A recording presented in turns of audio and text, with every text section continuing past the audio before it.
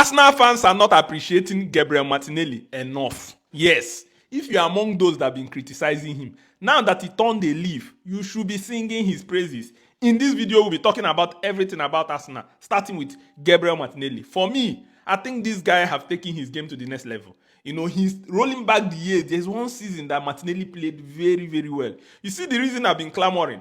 Get him a competitor. Competitor is not bad when it comes to football, even in life.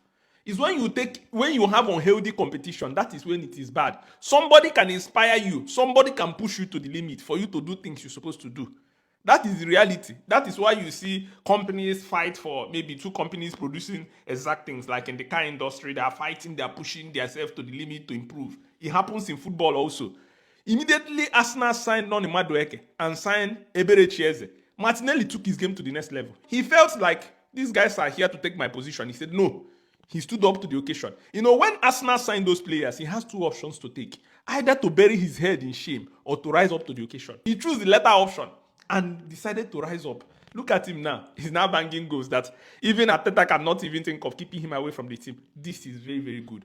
On the international front, Arsenal players return to, Arsenal training ground without injuries. This is very, very good. This is a good news for Arsenal. Arsenal will be hosting Fulham this weekend. All the players, they returned, they are training, they are preparing for the game against Fulham. Fulham is a game that Arsenal must take very, very serious. Fulham is one of those teams that cause Arsenal, pains. Like they are one of those buggy teams for Arsenal. But this time around, I believe Arsenal will be able to play very well.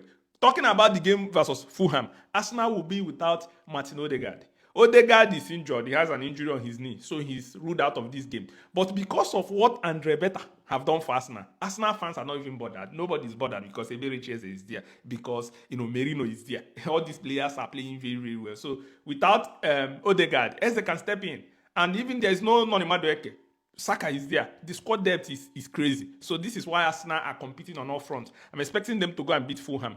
It's going to be difficult, but I'm expecting them to do that. Then on Merino was talking about his goal scoring form. This guy is now looking like a striker stroke, a midfielder. He's scoring goals almost every week. Now Merino is saying that he has been wanting to prove this to everybody. But you need a little bit of luck. That right now he's scoring and he's very, very happy. And he wants to improve more, score more goals and give more assists. This is the aim of Merino. Arsenal can be able to use Merino in multiple ways right now. He can play as an attacking midfielder, holding midfielder, even number 9. And this is very, very, very good for Arsenal Football Club. On the side of Kai Havertz is now in the final phase, according to report, final phase of his recovery. He's recovering very, very well, massively.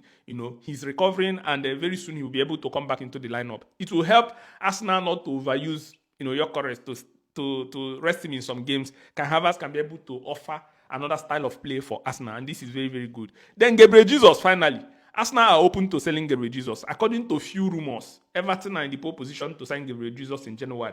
Arsenal have informed Gabriel Jesus camp that they are ready to sell him. It is quite unfortunate for Gabriel Jesus, but I can understand the position of Arsenal. It's not easy for Arsenal. Arsenal signed Gabriel Jesus as a proven goal scorer, which he is.